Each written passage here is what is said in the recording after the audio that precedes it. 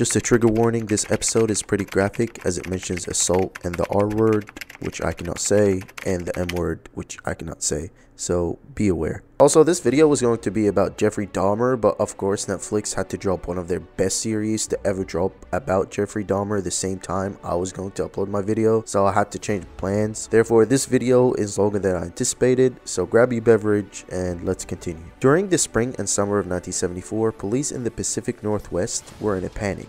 Young women at colleges across Washington and Oregon were disappearing at an alarming rate, and law enforcement had few leads as to who was behind it. In just 6 months, 6 women had been abducted. Panic in the area reached sky high when Janice Ann Ott and Denise Marie Nosland, I hope I pronounced that right, disappeared in broad daylight from a crowded beach at Lake Sammamish State Park. I'm sorry if I pronounced that wrong. But the boldest of the abductions also yielded the first real break in the case. On the day the 2 young women vanished, several other women remembered being approached by a man who had tried and failed to lure them with his car. They told the authorities about an attractive young man with his arms in a sling. His vehicle was a brown Volkswagen Beetle, and the name he gave them was Ted. After releasing this description to the public, the police were contacted by 4 people who identified the same Seattle resident, Ted Bundy. These 4 people included Ted Bundy's ex-girlfriend, a close friend of his, one of his co-workers, and a psychology professor who had taught Bundy. But the police were overwhelmed with tips, and they dismissed Ted Bundy as a suspect, thinking it unlikely that a clean-cut law student with no adult criminal record could be the perpetrator. He didn't fit the profile. These types of judgments benefited Ted Bundy many times throughout his murderous career as one of history's most infamous serial killers, which saw him take at least 30 victims across 7 states in the 1970s. For a time, he fooled everyone. The cops who didn't suspect him, the prison guards whose facilities he escaped from, the women he manipulated, the wife who married him after he was caught. But he was, as his final lawyer said, the very definition of heartless evil. As Ted Bundy himself once remarked, "I'm the most cold-hearted son of a bitch you'll ever meet." Okay, again, I have to say this, but 98% of you guys watching this video are not subscribed. So help me continue to make more content like this by hitting that sub button.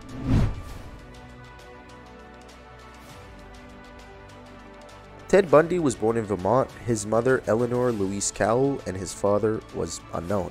His grandparents, ashamed of their daughter's pregnancy, raised him as their own child. For nearly all of his childhood, he believed his mother to be his sister. His grandfather would regularly beat both Ted and his mother, causing her to run away with her son to live with cousins in Washington. When Bundy was 5 years old, there, Eleanor met and married hospital cook Johnny Bundy, who formally adopted the young Ted Bundy and gave him his last name. Bundy disliked his stepfather and would later describe him to a girlfriend in a derogatory term, saying he wasn't very bright and didn't make much money. Little else is known for sure about the remainder of Bundy's childhood, as he gave conflicting testimonies of his early years to different biographies. He described an ordinary life punctuated by dark fantasies that affected him powerfully, though the degree to which he acted on them remains unclear.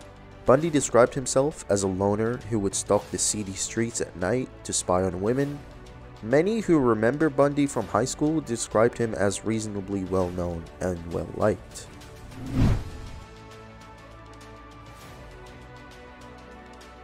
Ted Bundy graduated from high school in 1965, then enrolled in a nearby university of Puget Sound.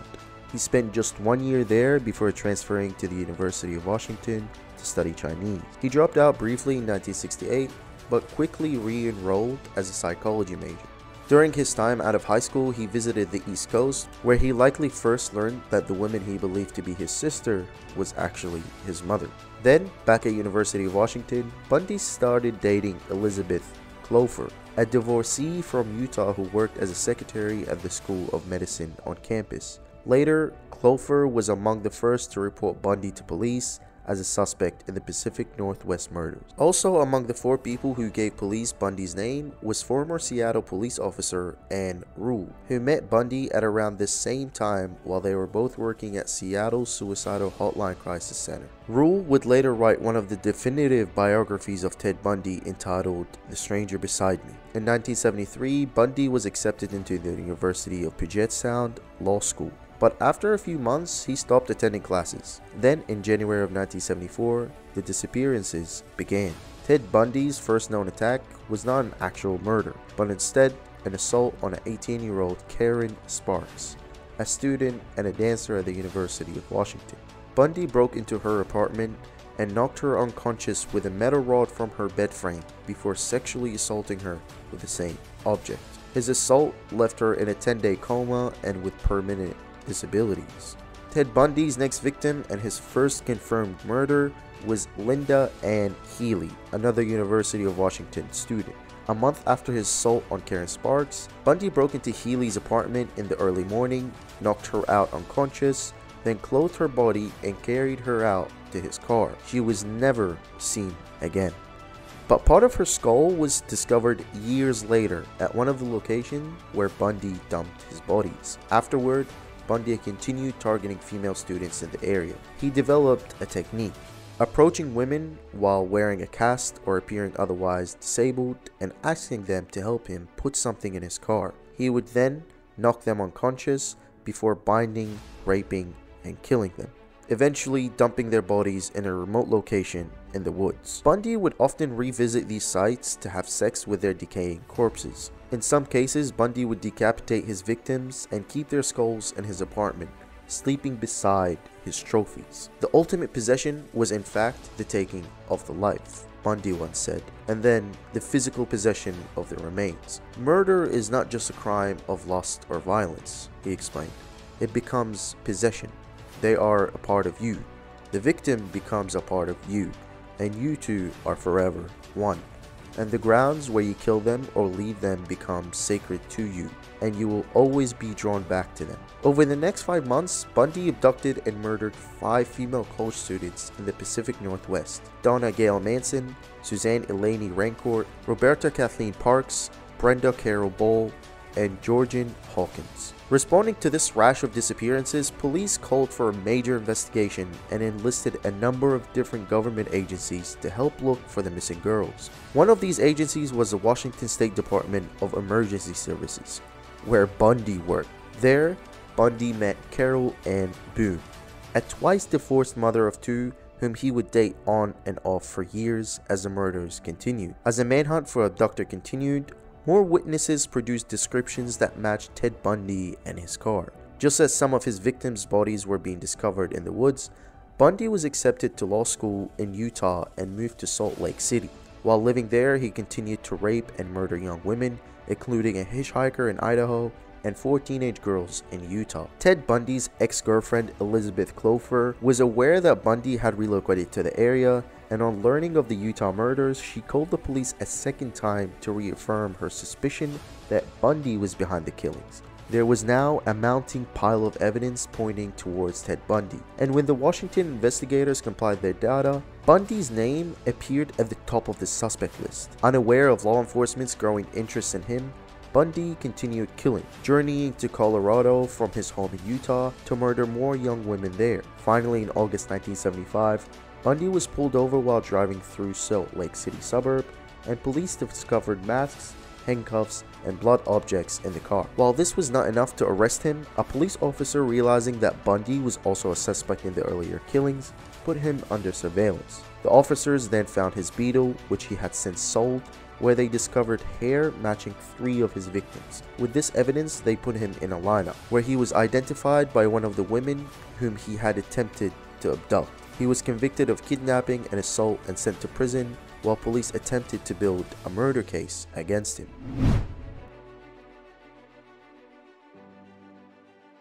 He was soon able to, for the first of 2 times in his life, escape from custody. In 1977, he escaped from the law library at the courthouse in Colorado, Because he was serving as his own lawyer, he had been allowed into the library during a break in his preliminary hearing. He was researching the laws pertaining to his case, but the fact that he was his own counsel also meant he was unshackled, and when he saw his chance, he took it. He jumped from the library's second-floor window and hit the ground running, disappearing into the trees before the guard returned to check on him. He planned to make his way towards Aspen Mountain, and he broke into a cabin and later a trailer for supplies. But resources were scarce, and it wasn't long before he scrapped his plan to vanish into the wilderness. Back in Aspen, he stole a car, thinking to put some distance between himself and the jail cell he was fleeing. But the reckless speed with which he left Aspen made him conspicuous, and police officers spotted him. He was recaptured after 6 days of being on the run. His next escape took place just 6 months later, this time from a jail cell. After carefully studying a map of the prison, Bundy realized that his cell was directly beneath the living quarters of the prison's chief jailer. The two rooms were separated only by a crawl space. Bundy traded with another inmate to get a small hacksaw, and while his cellmates were exercising or showering, he worked away at the ceiling, scraping away layer after layer of plaster. The crawl space he made was small, very small. He began deliberately cutting back on meals in an effort to lose weight. He also planned ahead. Unlike last time, when his escape had failed because he was without resources in the outside world, he stowed away a small pile of money smuggled to him by Carol and Boone, the women who he would later marry in prison. When he was ready, Bundy finished the hole and crawled up into the chief jailer's room. Finding it unoccupied, he swapped his prison jumpsuit for the man's civilian clothes and strolled out the jail's front door. This time he didn't waste any precious moments. He stole a car immediately and got out of town, making his way to Florida. It had been Bundy's intention to keep a low profile, but Florida's life was presenting unexpected challenges. Unable to produce identification, he couldn't get a job. He was back to grifting and stealing for money, and the compulsion towards violence was simply too strong. On January 15, 1978, 2 weeks after his escape, Bundy broke into a Chi Omega sorority house on the Florida State University campus. Within the span of just 15 minutes, he sexually assaulted and killed Margaret Bowman and Lisa Levy, knocking them with firewood and strangling them with stockings. He then assaulted Kathy Cleaner and Karen Chandler, who both suffered horrific injuries including broken jaws and missing teeth. He then broke into the apartment of Cheryl Thomas, who lived several blocks away, and beat her so badly she lost her hearing permanently. Still on the run, February 8th, Bundy abducted a 12-year-old Kimberly Diane Leach from her middle school and murdered her, concealing her body on a pig farm.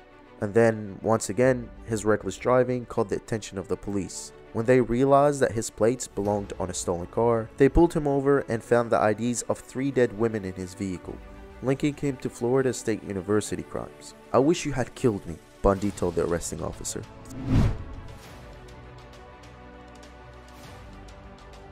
Throughout his ensuing trial, Ted Bundy sabotaged himself by ignoring the advice of his lawyers and taking charge of his own defense. He unnerved even those assigned to work with him. "I would describe him as being close to being like the devil as anyone I ever met," said defense investigator Joseph Alloy. Bundy was ultimately convicted and placed on death row at Florida's Rayford prison, where he suffered abuse from other prisoners, including a gang rape by 4 men, and conceived a child with Carol Ann Boone, whom he'd married while he was on trial. Bundy was finally executed by electric chair on January 24th, 1989. Hundreds of people gathered outside the courthouse to celebrate his death. For everything he did to the girls, the beating, the strangulation, humiliating their body, torturing them, "I feel that the electric chair is too good for him," said Eleanor Rose, the mother of victim Denise Nuzland.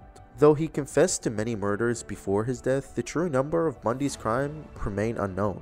Bundy denied certain killings despite physical evidence tying him to the crimes, and alluded to others that were never sustained. Ultimately, all of this has led the authorities to suspect Bundy killed anywhere from 30 to 40 women, making him one of the most infamous and terrifying serial killers in American history, and perhaps the very definition of heartless evil. Okay, this guy is genuinely one of the smartest criminals I have ever read about. The fact that his luring method is to seem harmless with a disability or a broken arm, and then his method of killing is also very sinister. On top of all this, his escape plan literally sounds like the TV show Prison Break. When he broke out of prison, he had to do it behind his cellmate's back so they didn't suspect anything. And he even lost weight to fit in so he can cut less plaster and do it quicker. He could have easily taken his time, but he wasn't willing to risk it. I never really say what I want to say because most of the time I would get my video removed because I would simply just cuss at them. But Ted Bundy is the definition of a piece of shit, and I agree that the electrical chair was too good for him. I wish he got abused more by other prisoners. I hate this man more than anyone I have ever read about. When I was researching this and saw that he beat someone up so hard that they lost their hearing, it made me actually sad and cry because they didn't deserve it. They were literally in their home, minding their own business. Why did they deserve to be assaulted like that? For what? None of his victims deserved it, but it's the fact that this one was in her home. I mean, obviously the other girls were in university and whatnot, but just the one that lost her hearing really stunk to me. Alright guys, this brings us to the end of the video. Thank you for watching. Please leave a like and sub to the channel. Alright, peace.